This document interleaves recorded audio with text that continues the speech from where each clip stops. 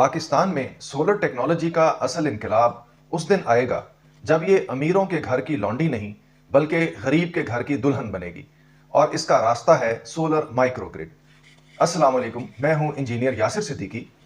अपनी पिछली वीडियो में मैंने जिक्र किया था कि इंडिया, बांग्लादेश और अफ्रीका में दूर दराज के इलाकों में सोलर माइक्रो ग्रिड्स ने जिंदगी को बदल कर रख दिया है। वहां जहां कभी बिजली का नामो निशान नहीं होता था, आज स्कूल, अस्पताल और छोटे कारखाने सूरज की ताकत से चल रहे हैं।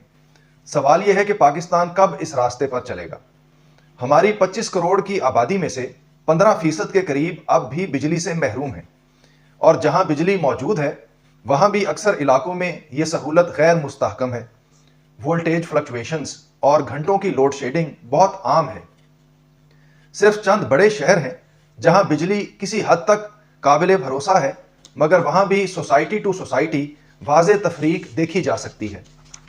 दूसरी तरफ जो लोग वसाइल रखते हैं वो सोलर सिस्टम्स लगा चुके हैं।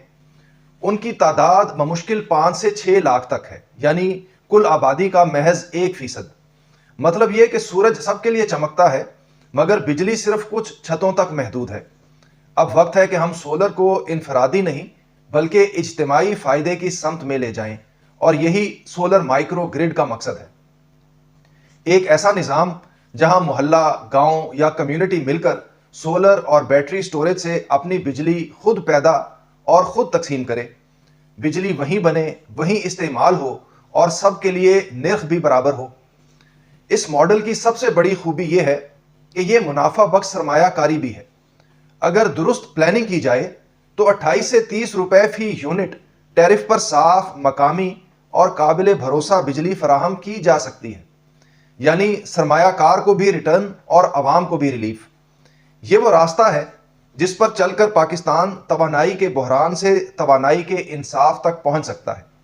अगली वीडियो में हम एक 100 किलोवाट माइक्रो ग्रिड के अज्जा और उनकी अंदाजन लागत और उसकी मुमकिना यूनिट कॉस्ट के तखमीने पर बात करेंगे। इसके साथ ही मुझे इजाज़त दीजिए। अल्लाह हाफिज़।